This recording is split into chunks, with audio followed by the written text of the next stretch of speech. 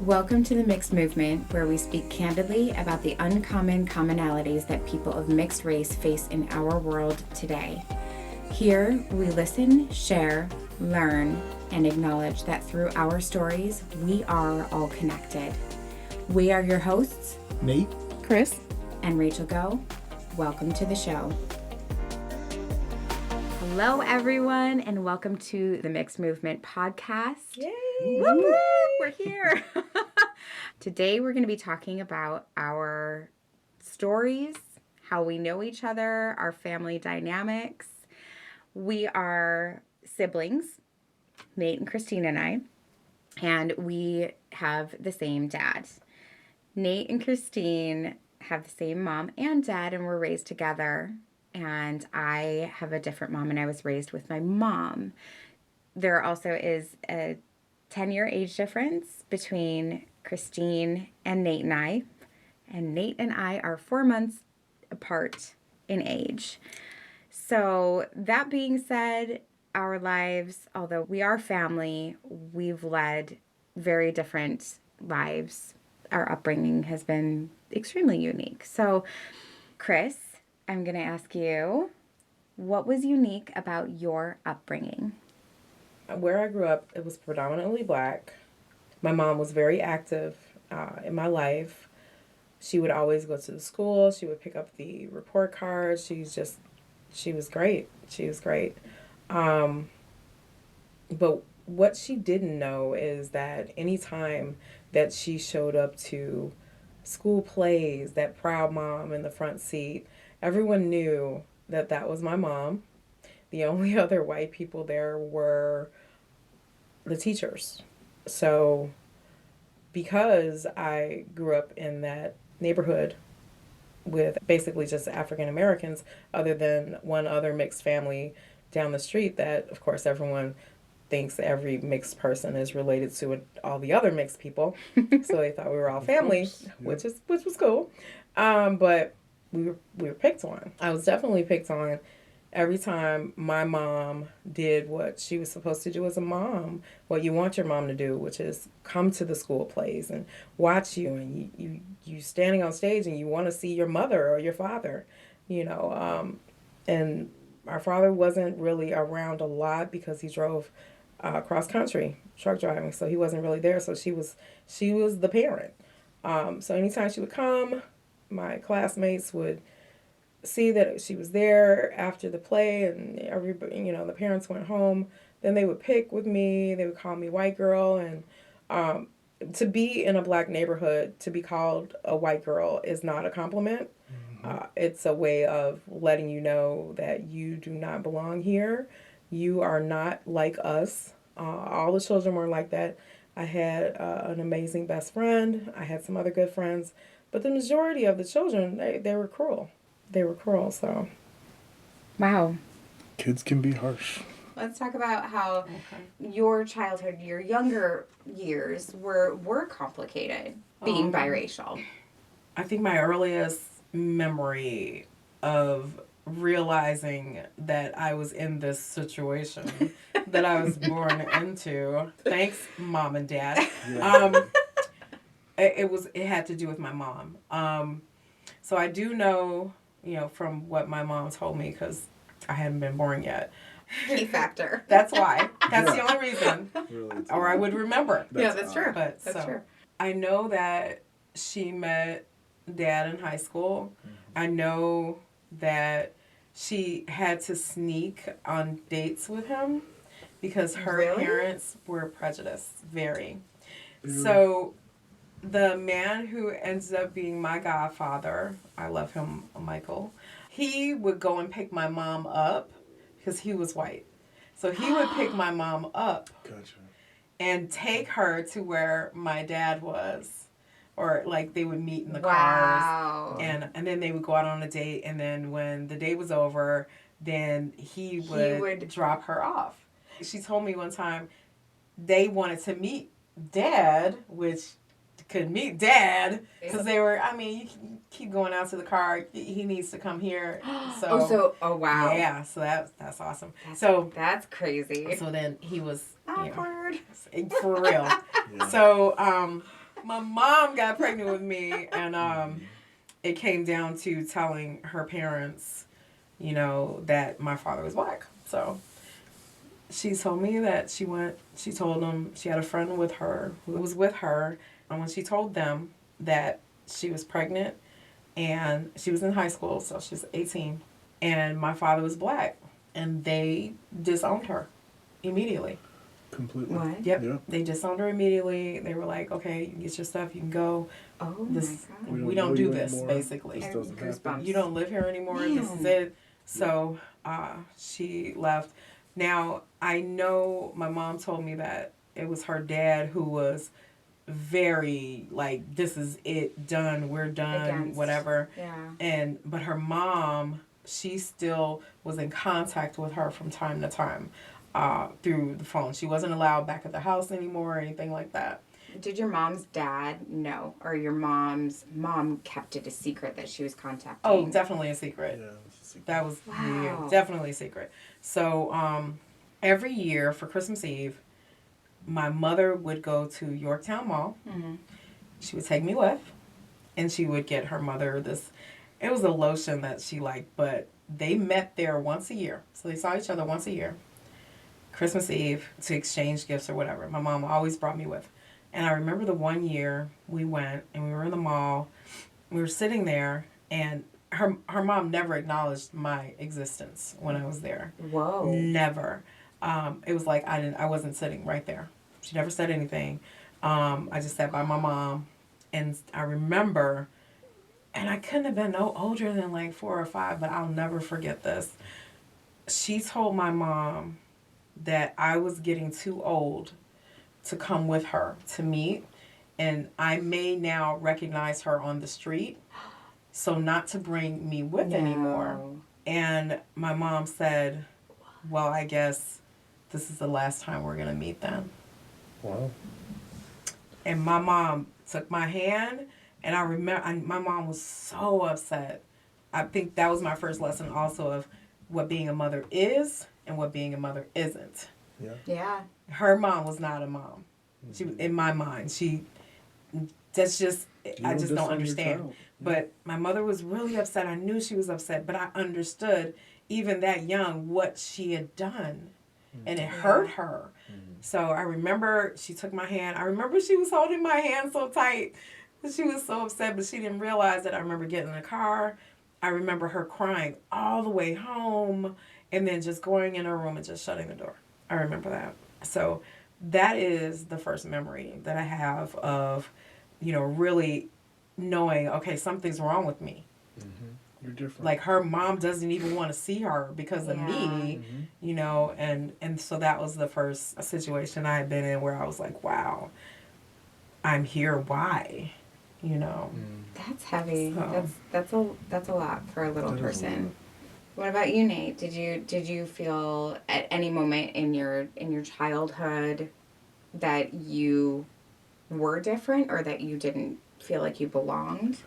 The only time I really remember anything standing out being different is I was probably 7 or 8 years old, and I had a friend who lived on the other block, and I remember he was having like a big barbecue. It was on a Saturday, and he had all his family over, and we would play all the time. I mean, every day he would always come by my house, or we would go to the park.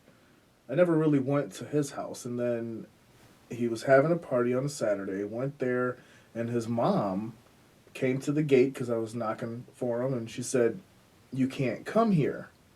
And I didn't understand why. And she said, "You're not black enough." It was because it was What? the color of my skin. It was just, I was light. I was light complected. And how old were you? Probably 7 or 8. I was young, and Whoa. I didn't know. I mean, it didn't hit me that hard at the time until I went home and I sat with it, and I told my mom that my friend's mom said I couldn't play with him because of my skin color. That was really the only time I guess I was rejected, singled out. Yeah. I didn't belong. That was really the only experience, because other than that, I mean, I got along with everyone for the most part, and Yeah. sleepovers, and that was all fine. I played sports. It was fine, but that was really the only time when I was really young, I guess, the first time I've experienced it. So, Yeah. and it was, That's pretty. That one That's hurt. that's Oh my pretty God. big, though. That's Especially to huge. just be turned away from your friendship Yeah, by the just- color of your skin. My upbringing was very complicated from the beginning, without me really being aware. I didn't know that anything was different because my mom told me at a very young age, myself and my half sister. I was probably about 3. She pulled us to the side, sat us down, and said, "I just want you to know that you have different dads." And my sister, who's just about 2.5 years older than me, thought about it, and I didn't know what was happening. I didn't know how to comprehend it. I looked at her, and she thought about it, and she just said, "Does that mean that we're still sisters?" And my mom said, "Of course it does." And that was that. Well, that's not all of the story. That's not all of the details, but she told us at a great age where we didn't have questions. But the full story is my mom, who is of Eastern European descent, was married at the time I was conceived to a man of similar background. So both parents, both my mom and my dad, are Caucasian. And my mom had an affair with our dad, who is African American descent. And that really didn't impact us at that moment. It wasn't until I got older and went to school that I was asked how I was related to my own family. And mind you, I do have to point out, my mom really didn't allow much of a relationship with our biological father. So I didn't know very much about my history there, my background, my ethnicity. And I think what was very confusing was I saw you guys periodically. It wasn't consistent. It wasn't phone calls. It wasn't structured. When my mom and her husband were divorced, he paid child support for me. He saw me every other weekend with my sister, took me to the daddy-daughter dances, which I feel so insanely blessed and so loved, because he didn't have to, Right. but he chose to, and he was all in. But seeing you guys growing up, it was not structured. So I remember one weekend in particular, I came home after the weekend of being at my dad's house, and you guys were there. And so I went from one dad to this dad, though hi, my mom didn't really tell me, you guys were just there. So it was I actually remember walking through the front door, my mom saying you were here, and my sister going upstairs to her bedroom. So it was like a complete drop, and a shifting of gears. And that was really strange. It was hard to navigate, especially because I was very much alone. I felt very alone. And then going into school and being asked, "How are you? That's not your sister. Right. That's not your How are you sister. related?" How she's got light skin, dark hair. How are you related? Are you adopted?" I got that a lot. Are you adopted? You have to be. So at the beginning of almost every school year, I would have to draw a family tree and explain how I was related to my own family. And especially looking at family photos of either family that is my family, my mom's, my dad's, looking at these large group photos with aunts and uncles and cousins, and I'm literally the black sheep. I don't look like anybody in my family. Yeah. But I knew about our dad, and I knew about you guys, but I wasn't allowed to get the relationship, have the relationship that I wanted. So it was... That's difficult. It was tricky. It was tricky. Teenage years were very challenging for me. Yeah, I mean, I'd say teenage years are tough. I mean, people can be cruel and... I don't think that most people try to be cruel. I think for the most part, most people, their intentions are pure. They're they're curious, then they want to They're gain curious, knowledge, so they yeah. ask questions. They don't understand, Yeah. How it affects us. Yeah. I think I find that with adults, that's true. But with children, I think children learn from their households. Yeah. And they learn that prejudice, and because they learned it from their parents, they feel like it's okay to say all those things when they get to school, Right. because they won't get in trouble, basically. Right. At least not with their parents. But we grew up in a predominantly black neighborhood, and children were cruel. They were very cruel. Everyone knew who my mom was, because she was awesome. She comes to the plays and watch me. She's in the very front row, and then after that, I'd be called a white girl, which is not a compliment in a black neighborhood to be called a white girl. Yeah. It's just a singling out of, you're not like us, you don't belong here. I did have some good friends that were not like that at all, but there were not very many. And kids were really cruel. And I think grammar school was the hardest for me. That was the hardest. High school, I was just kind of a loner. I got tired of trying to fit in somewhere. Yeah. At that point, I was like, you know what? I don't even want to fit in. I'm done with this. Yeah. I'm done with everybody. This is ridiculous.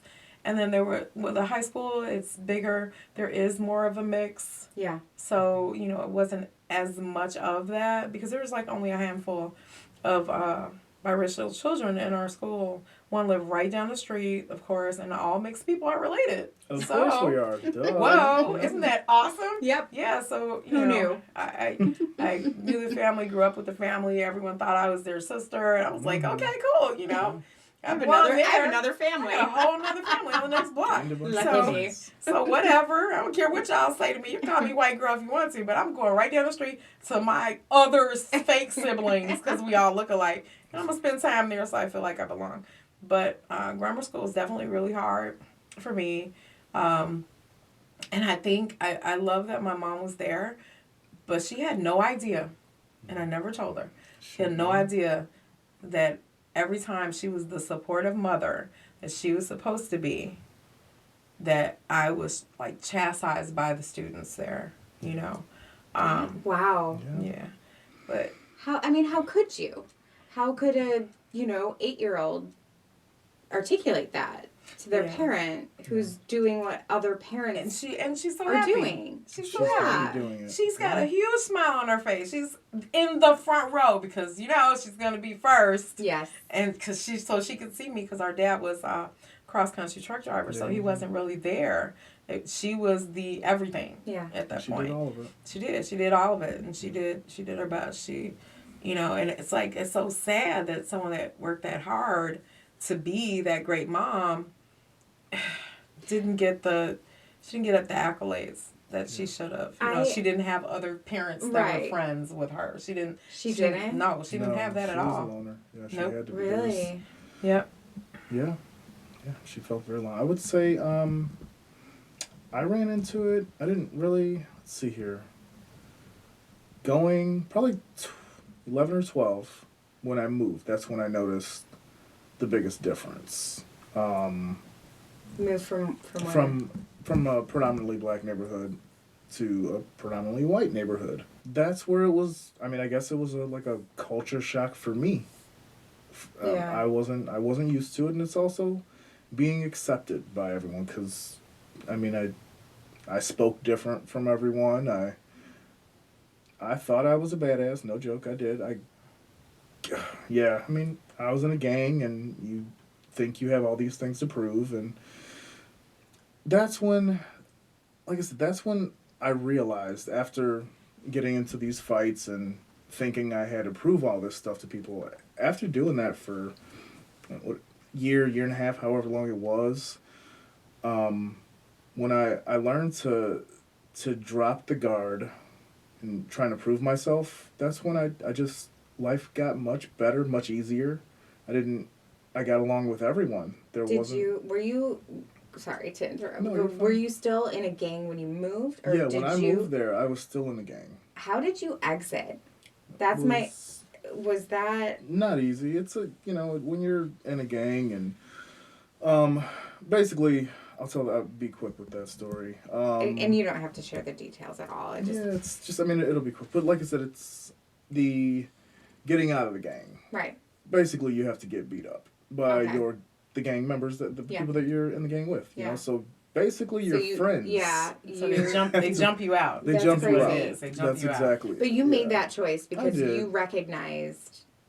Yeah, that I was going nowhere with it, and Yeah. like I said, it was I'm in this gang, I fight this gang, and then I call my gang members. They come to this city, they have a fight, and it kept going on and Yeah. on and on, and then I got beat up real bad. I got jumped real bad, like horrible. Blood. It was a mess, and after that, I just said, I can't do this Yeah. anymore. I couldn't. So once I realized that, and I got well enough to get beat up again to get out of the gang. Fun stuff. Yeah, it's great times. Yeah. So then I got out, and that's when it really shifted. Yeah. Everyone realized I wasn't in the gang anymore. Yeah. I didn't have anything I had to prove. Right.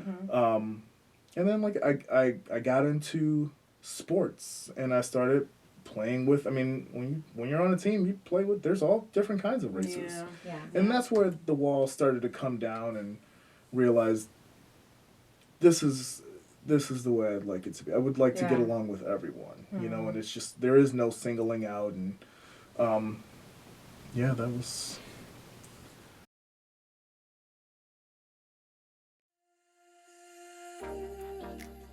Hi, I'm Rachael Go. It is my mission in life to help people like you learn to love every aspect of themselves in order to attain the life of their dreams. If you are ready to live a life free of fears and land that dream job, or go travel the world, or whatever your dreams may be, message me at coachrachelgo@gmail.com. That's CoachRachelGo@gmail.com. Or find me on Instagram at Live Empowered Now. There is nothing more powerful than loving the person you see in the mirror every day, because courage starts within.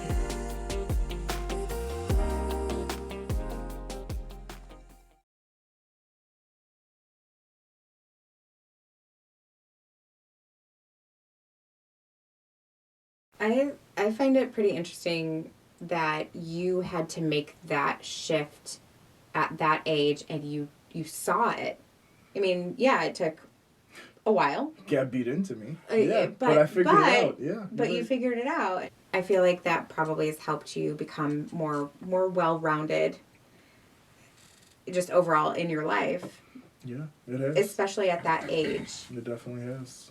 You were faced with a choice that you recognize things independently. Mm-hmm. Like, I can't continue down this path here anymore. This does not serve me. It doesn't serve me. Or anyone around me. It was horrible. Yeah. And I know in school, I'll never forget, her name is Miss Ivory. And Miss Ivory knew that I was getting picked on. And what I didn't know is Miss Ivory was also multiracial. Really? I did not know that. Because I mean all of those concepts, Yeah. she didn't look like me. I mean, Yeah. and most people know there are mixed people that look different. Some are Right. darker, some, and I just thought she was light skinned and black. Right. I didn't take into account her hair texture. I mean, Right. because who does at that age? You're little. But I remember I was a good student. I always turned in everything, and I remember her looking so angry one day, and she was like, "Come in the hallway with me." And I'm thinking, what did I do? Like, I haven't done anything. Yeah. I never get in trouble, right? Yeah. So I went out in the hallway, and she scared the bejesus out of me. She grabbed my arm, and she was like, "Let me tell you something." She was like, "You are black." She was like, "I don't care what anyone else says. You are black. If you have 1/8 black blood in you, you are black." And I'm like, okay. Okay. Yes, ma'am. Yeah, all right. And she said, if you take chocolate ice cream and vanilla ice cream and you mix it together, you're going to taste more of the chocolate than you do the vanilla. And I was like, Okay. I like vanilla and chocolate. Okay, it's chocolate. But it wasn't until I got older that I understood that she was probably remembering the situation I was in from her childhood. Yeah. And it made her angry. Yeah. And she was also trying to shake into me, some type of confidence. Yeah. Even though she scared the crap out Yeah. of me. Her But that was where intentions she were- She drove intentions- home her message. Oh my. Yeah. And to this day, Yeah. still I now, remember it. I remember. Yep. So what she did works. Her intentions were good. They were. And Yeah. she was, after that, anytime somebody was picking on me, I never said anything, but I just kind of look at her. She had eyes in the back of her head. She knew everything. She did. But I That's knew I amazing. had somebody there Yeah. that was looking out for me. Mm-hmm. Yeah. And I think was she 6th or 7th grade teacher? I don't remember. Better late than never. Right. But even after, I was out of her class, I always would go and be like, can I help you, after Absolutely. school and stuff. Yeah. And that didn't stop when I left her Do class. you feel like that sunk in to like early? Yeah, definitely. Early enough to Mhm. did you remember and fear did you will do that to you. understand Fear will. that like I'm black? Enough with You know what? I was so scared to not agree. not be not be to black. to not be black, Yeah. Because Yeah. I've heard, I heard people, from, my dad's side of the family, because my mother doesn't have a side of the family. That we know. That's Yeah. right. She was actually adopted by these prejudiced people. Mm-hmm. Mhm. And so she didn't have siblings. She didn't have Yeah. siblings. Just So her. there was only one side. Yeah. There was no other side. She did have a best friend named Trina, and Trina had biracial children as Okay. well. Yeah, So Trina it's as well. like we just got these Yeah. little cliques going Yeah. on around here. But so I was never introduced to, that side really. Right. Other than, in school I had a couple friends, and when I started working, I had coworkers, and that was just that all of those were lessons. There are Yeah. so many stories, and I'm like, I'm gonna stand on what Miss Ivory told me, because Miss Ivory is scary, and and she was serious. and she was serious, and I love her for it. I love Yeah. her for doing that, and she did. She drove it home. And so I'm like, okay, it does get complicated then, because it's like, okay, I feel bad now.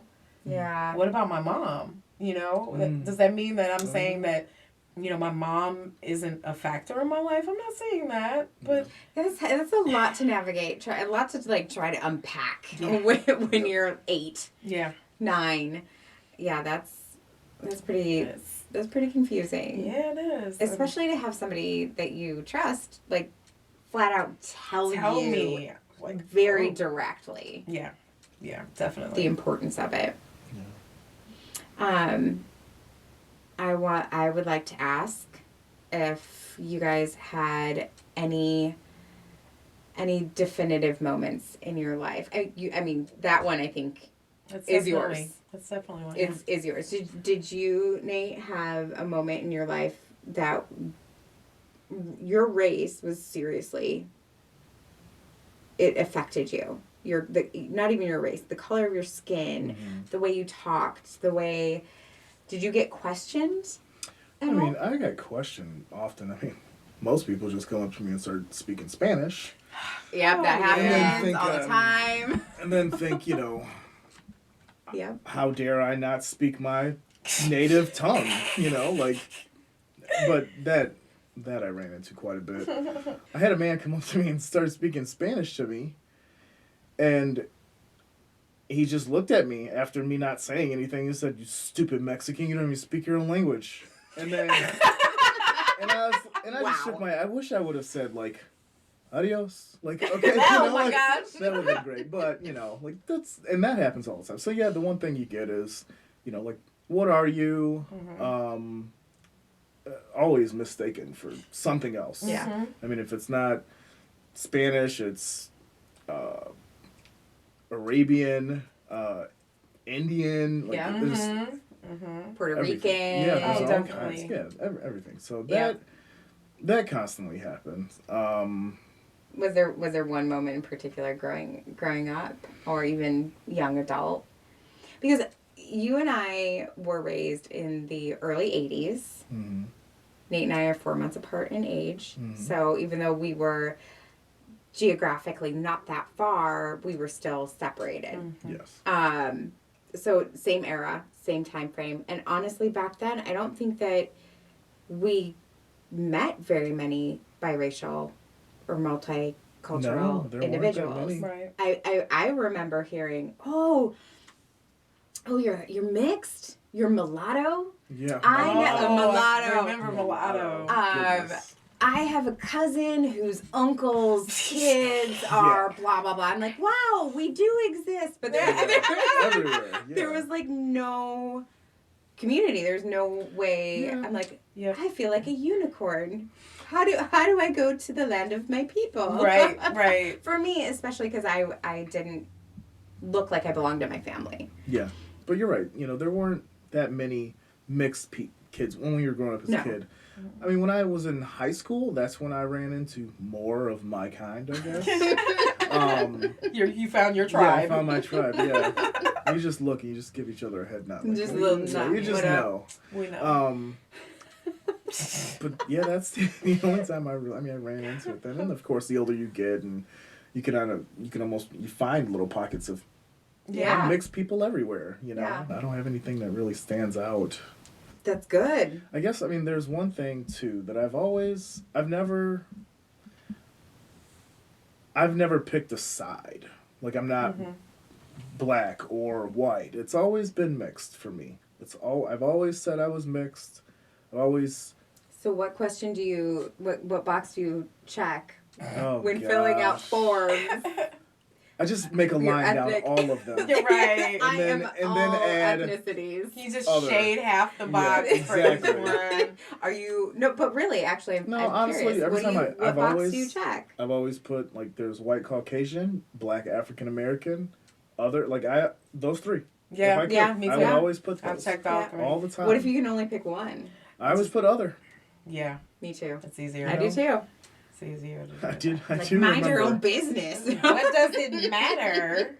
I remember once when I was shouldn't filling out matter. a job application. Gosh, I can't remember where the place was. It's probably best that I don't remember the name of the place. Yeah. But I put mixed on there, and I probably shouldn't have. I just put that on there, and then they said this is unacceptable. I go, Oh my You're- god! this question I'm is of course, and unacceptable. that was like my thought. It was like, oh, I am mixed, you know, because you had to pick one, you know, and Yep. I just and they wouldn't. They just wouldn't accept the whole mix. So That actually is pretty definitive. I don't know. I feel like I that's would pretty think big. so. That it came back as this is This is unacceptable. unacceptable. Yeah, You're like, whoa. yeah. I'd like I you am- to remember the I name of that can't, and company. I won't. Because, share it. really? It's Share. not nice. I won't Oh do my that. God. But that was a long time ago too. So I hope they've changed. I hope they change You know, They have accepted Exactly. Right. Yeah. the unacceptable. Exactly. Yeah. That's crazy. Can I share a crazy story? Please do. One that, man, it hit me back then, but it really, and I definitely tried to bury it and not think about it while I proceeded to grow up. But my family, which was my mom and my stepdad, who is also Caucasian, took all the kids. So in my family unit, it was my mom, my stepdad, my sister, my half-sister, who's older than me, and then my stepdad's 3 children. We went to Mexico, which was extremely exciting. Mm-hmm. I was 12 or 13 at the time, and everybody else is very Caucasian. Mm-hmm. And I tan really well. And so I think day 2 or 3, probably day 3 of our trip, we decided to go into town. We stayed near Playa del Carmen. And we went into town, and I remember my stepsisters and I were so excited to go get our hair braided. And I remember what I wore. I wore this brown and tan knit vest. It looked very, very culturally appropriate to be in Mexico, and I was so excited about it. So I wore that downtown. We got our hair braided, and then we went out to lunch. And we're a large group. There's 7 of us, and we walked in. We're like, oh, we're here for lunch. Okay, how many's in your party? Okay, 7. All right, we will get a table ready for you. We'll be right back. And there were 2 hosts at the host station, and one brought us back to our table when we were ready, and I was last in line, and the second host stopped me and asked me, I'm sorry, why are you here? What can I help you with? Mm-hmm. Excuse me. You don't match these ones. Pardon me, what can I help you? Yeah. Oh my God. Yeah. And I just looked at him and I was like, whoa. I was shocked, but I was like, that's my family. Mm. Oh, I'm so sorry. I'm like, wow. so Oh my God. it's fine. Nothing happened. And I don't think I told anybody in my family. That's what I was going to ask. Did you Nope, tell them? not a word. Oh my God. I was a little shaken. I was last at the table. I sat down. I didn't say anything and just buried it. That's horrible. So I felt like a lot of it was the world. I was cool with my life, but the world was not. Mm-hmm. Yeah. Which is crazy. Oh my God.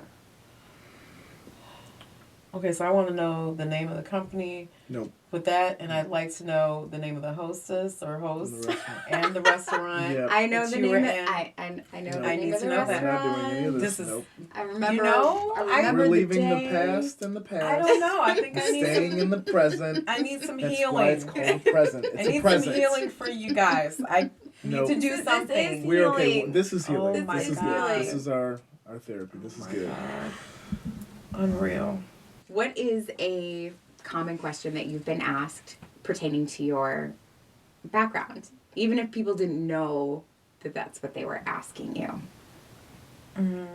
Well, I mean, there's quite a few, and I like to throw a little confusion in there. That's always the best. now. It's the best part. So yeah, I do. I have gotten, even the other day while we were out, I got the "Can I touch your hair?" Yeah. That's awesome because I don't know. Can I touch your hair? Yeah. Let me touch your hair. Like Yeah. this, it's not. This is just not a. Oh wow, nice to meet you. Can I touch your hair? Like that doesn't happen to everybody. That's not a normal. No. It's absolutely not normal. No, it's not. But the thing is, I think when you run across that, because we run across it so much, it gets to be a little irritating. But then we have to remember, they're not asking because they're being rude. They don't realize they're being rude. Yeah. They're just curious. interested. They're like, this is different. There is a lot of curiosity. There is, and I don't blame them for that. I've had people definitely overstep boundaries. At least these people asked. Yeah. You know, I got people that don't ask, Really? and they just Yeah, come they and they just just come up touch. They touch. They just touch. Yep. That's Or not I like your cool. shirt, or I like your. Whoa! Wait a minute. I mean, Obviously, I'm super approachable if you Yeah. just come and If you start think it's feeling on okay. my head Yeah. and touching my clothes, but That's a compliment because I've been told that I have RBF real bad sometimes. really. That I'm not approachable. Oh my gosh. Okay, yeah. Oh, So my. I'm So good. Maybe for you need to teach me some things. So I people don't stop think grabbing that's my where hair. that's not where I want to live. Mm. I don't get the hair question You know, anymore. Yeah. It's Yeah. weird. I don't know why. Nobody's That's so asked you. strange. Nobody's asked you. Nobody's about asked me strange. about my, Huh. for a few years now. Oh. No one's asked me about my hair. I don't understand why That's that is. weird. I wear hats all the time. That's why. Ah, That's the ticket. yeah. Yeah, that's why. That's it. Yeah. Baldy. Anyway, moving on. Yeah, I've been asked that. That's a common question. Mm-hmm. Another one, especially it was definitely younger years. 80s, 90s. I got, oh, you're half black. I bet your skin is your skin ashy. Oh my gosh. Whoa. I'm like, Yeah. I don't know what that means. Oh my God. Ma, do I have ashy skin? Oh my God. I don't know what that means either. Hold It on. was definitely. There wasn't Google back then. No, either. there was no Google. No. No. Mm-mm. Oh my gosh. Yeah, my there gosh. are. What are some other ones? There's all kinds of. Like- gosh. What kind of food do you like to eat? Oh my gosh. We're gonna go for the food. We're going. Yeah. We're having fried chicken tonight. I know you want to come. Next thing you know, you're gonna be like, "Hey, we got watermelon over here." I know you like. I know you need that. It's so funny I didn't get asked. That was not something until older in life, or later in life, older in life. Yeah. I got asked. I was raised Irish, German, so that really wasn't a common one growing up. Not until early 20s and beyond, Yeah. and beyond. You know, the funny thing is that, like, we didn't really have a lot of fried chicken in the house. Dad, I don't know. Dad, Did you actually? This is a question that I've not asked because. Okay. Did you eat primarily, like, what were the foods that you ate? Yeah. Was it meat and potatoes? That's the thing. Was it kielbasa? Mom made most of the meals sauerkraut? except for, like, Dad liked to cook. He liked to watch the too. cooking shows. He recorded them on VHS. On VHS? While he No was way. gone, because he enjoyed, he liked cooking. He was all about the spices. Yeah. And I remember on Thursdays, he would always make something special for himself and Mom. We never wanted that. We didn't want that stuff he was making. I mean, he'd come in here with, like, swordfish. Oh my And all, we were like, fish No, sticks hard- are fine for hard us. pass. No. Yeah. So, like, we had anything that was on TV that they made. That's what we ate. And it wasn't normal stuff. So, I mean, I didn't even know there was a difference of food until I got older. I'm like, we ate meatloaf. We ate, we had Chicken greens. fricassee. We had chicken fricassee. That was her. Um, Mom. yeah. Fricassee. We had noodle stroganoff. Oh, Which one I of always my call favorite. noodle stroking off. Cause Oh my goodness. wow. I don't even know. They should not have put the name so close. Why would you do that? I would Be able say to- I've never thought that until now. But now My world every has been time I changed a do. little. You're welcome. LNSD. You're welcome. Learn something new Learn something every every day. day. Yeah. Oh, Sorry, and I that's never it. had that. I never Yeah. had that. But I will tell you, Grandma could cook. Now, Grandma, food from heaven. So, but they moved to Texas when we were really young. So, I guess my experiences with like soul food kind of went to Texas. So I never really had that. Speaking of memorable experiences, like I didn't realize these things until I grew up.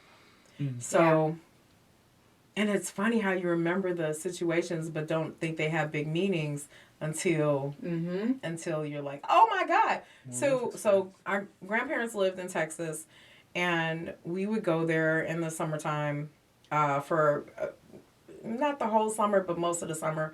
We would go down there, and I remember, Nate, you didn't go down there at the time. I don't even think you were born yet. All right. Sorry. You Sorry. didn't exist.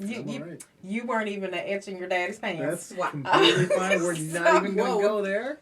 So we did moving. briefly. Yep. Not even a twinkle in mom's We're eye. in touchdown and Moving lift on. off. So, Leave it. so me and Aaron, we would go down there to visit.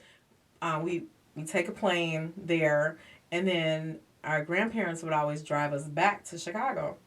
Now, I knew like the night before they got ready to leave, Grandma, oh my gosh, she made so much food. She made fried chicken. She made sausage biscuits. She made, everything. And she packed the car up.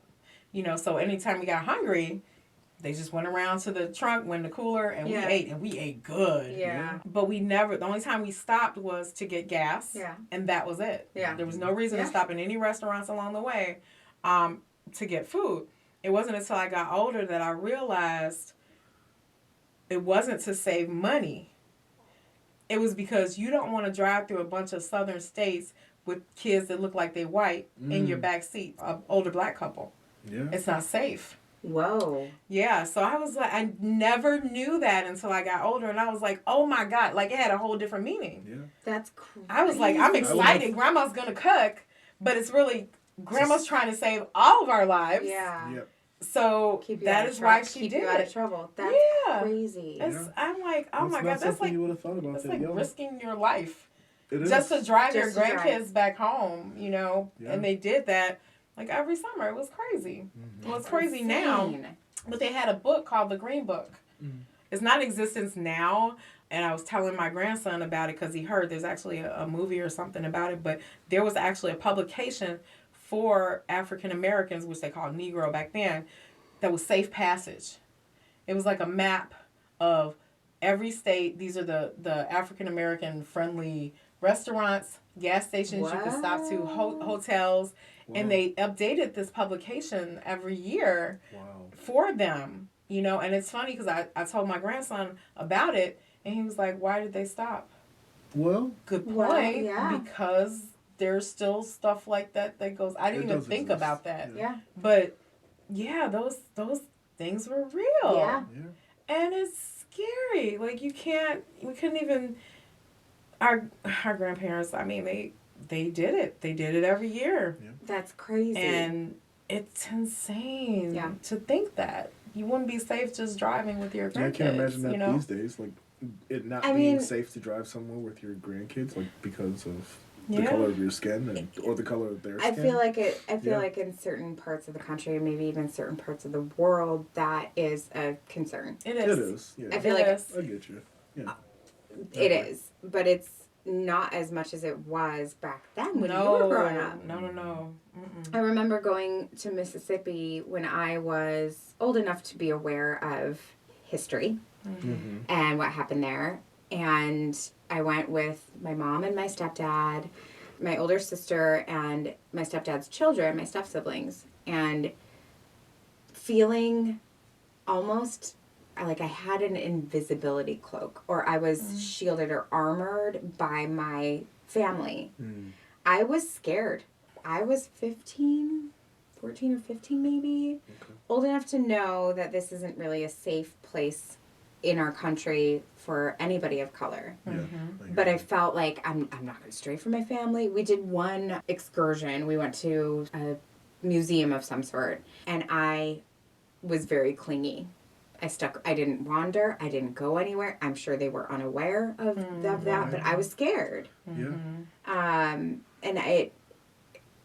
it's strange to me that even back then, that was definitely in the 90s, that was a fear. Yeah. Mm-hmm. I have not visited the South since. Mm. I cannot, which is, I'm grateful. I Yeah. can't think of a time where I didn't feel comfortable going somewhere. I mean, here's the thing. Whenever anyone asks me what I am, I tell them black and white, and they say, oh, you don't even look. And they won't finish it, but I know what they're saying, you know? And it's like, That's crazy. never- They won't even. they won't say it. No, They won't I say know the what word. they're implying, and it's, everyone knows, but it's, I never really ran into it.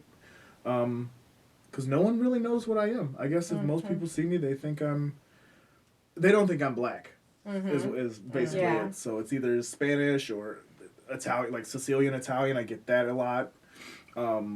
So I never really felt just unsafe wherever I went, really. And I'm grateful for that. I realize that, I mean, especially listening to your stories, and I know many people who have had lots of issues, and they didn't feel comfortable going many places. And You had a situation where you had to prove that you were black. yeah. Please, let's Yeah. talk about that. Yeah. Because most people don't have to prove that they're black. Yeah. No. Okay? I hear you. Yeah, absolutely. When did it happen? This was, I mean, gosh, this was probably 10 years ago, I'd say. Yeah, I would say it was about 10 years Really? ago. Yeah, it was through work. I had a construction company, and my ex-wife and I had to prove that she was running the construction company, and I worked for the company. So we went there, and when you go there, they interview you. They were asking my ex-wife many questions, like, okay, what do you, basically just pertaining to the company. At the end, they said, you know what, we're just gonna give you the certification, because if we don't, then he can come back and get it himself, because I had to prove that I was half black. I had to show my dad's birth certificate. They said What? basically because you can get the certification for woman-owned business or minority, and I'm a minority, so I had to prove that I was half black with my dad's birth certificate. And then they gave us the certificate. It's so It much. was- There are so many things. It's just, it happened. It was then. It was.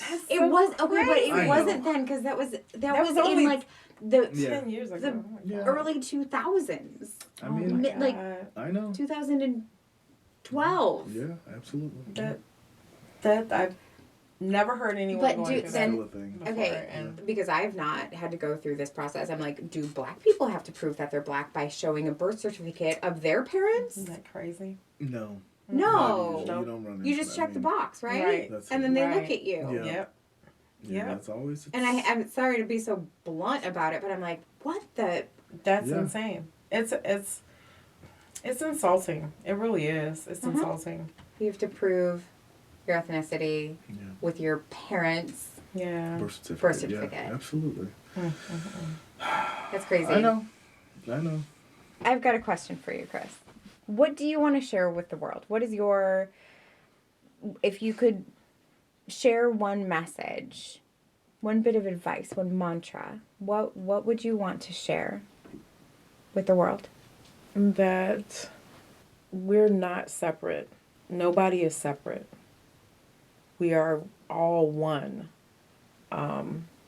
If someone tries to tell you otherwise or tries to somehow divide you, even, as far as it is yourself, like your mother's this, your father's this, we're not split down the middle. We're not walking around, with half white and half black, even though that's the terminology that's used. I think we're all one. We're all human.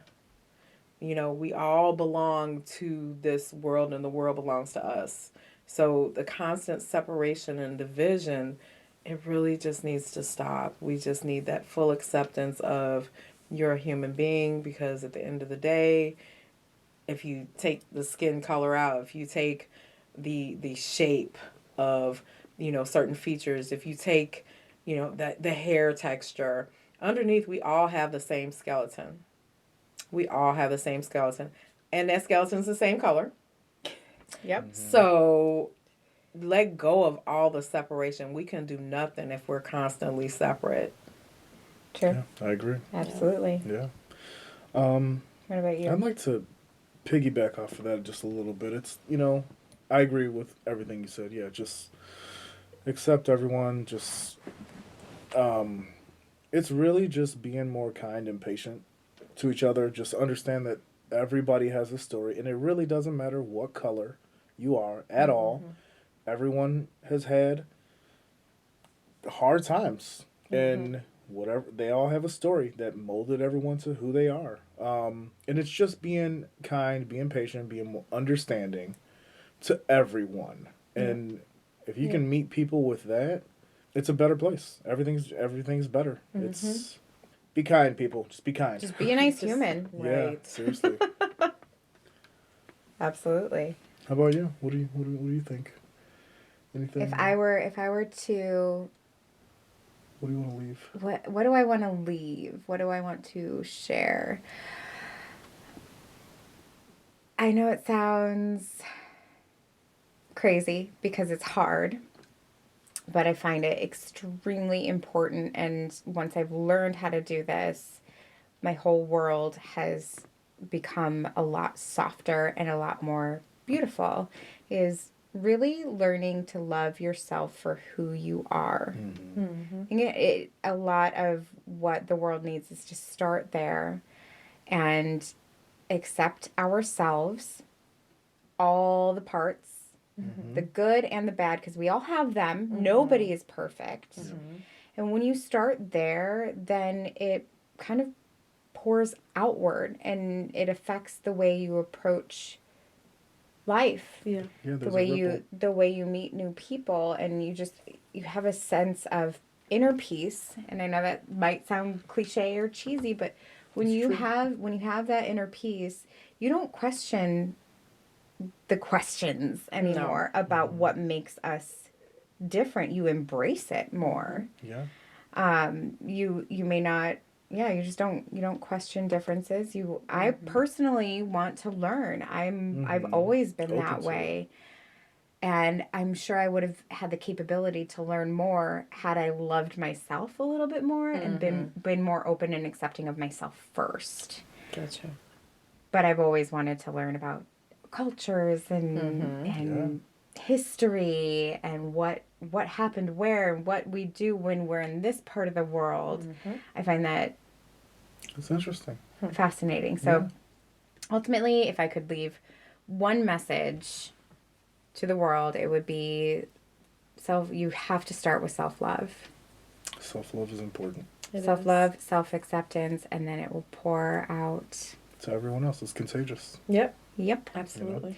And be a nice human. Please. Yeah. Just be a nice human. Please. That's it. What is it? Ram Dass? Love everyone, tell the truth. That's it. Love everyone, tell the truth. Yeah. I want to spit off with some of our mantras that we like. One of my favorite mantras is, what other people think of you is none of your business. Yes. True. Yep. That is hard. Yes. Yeah. That is hard, but honestly, growing up, I think I would have been a lot happier of a teenager had I not been so concerned. I know that's easier said than done, but that's one of my favorites. Yeah. Chris, do you have one? I do. One of my favorites is, it'll be okay in the end. And if it's not okay, it's not the end. Ooh. I like that. Ooh. Yeah. I do. Thank you. What about you, Abe? Honestly, one thing that really just stands out to me is this didn't happen to me. This happened for me. you. It's that getting rid of that victim mentality. And if you can use that everywhere. I don't know in what life. you're talking about. Not me. But yeah, that fits everywhere in life. I mean, and that basically it's just when you think like that, it's you're looking for the good in things. Like, your glass is half full most of the time. It's Right. Yep. It takes work, and it's worth it though. And if you can get into that mindset of this didn't happen to me, this happened for me, there's a lesson to be learned. Absolutely. And everything. Yeah, And you I'm not look gonna for it. lie. I guess reflecting back on my life, Yeah. that, It made you into who you are. you know what? I'm just gonna say this right now. Looking back at my life and having that lens of why did this happen for me, and just really taking into account all of the unique hurdles and struggles I faced being the result of an affair. Yeah. I honestly feel like this happened for me 100%. to help other people. Absolutely. Yeah. I felt very alone, very isolated my whole life. I didn't have siblings that looked like me. I didn't have anybody I felt comfortable talking to. I had to navigate it all on my own. And you know what? Those challenges, I faced them with a smile. They made me really open up. Yeah. Even though it was hard to acknowledge it then. But now I'm like, wow, there is a reason. This is it. Yep. Let's start here. Yep. Let's find. We are not alone. No, we are not alone. I agree. And we shouldn't be. Let's connect Yep. We should. now. Yeah. The time is now. The time is now. All right, guys. I think that is it for today. Yeah. Until next time, Right. we'll still be us. We'll still be mixed. We're Yeah. still, Still gonna be be mixed. the mixed movement forever. We hope you enjoyed today's episode. We want to be here for you, and we can't do what we're doing without your support. Please hit subscribe, and to stay up to date, head on over to mixedmovement.com. That's MIXDMOVEMENT.com to stay up to date with news and more. We are the Mixed Movement. See you next time.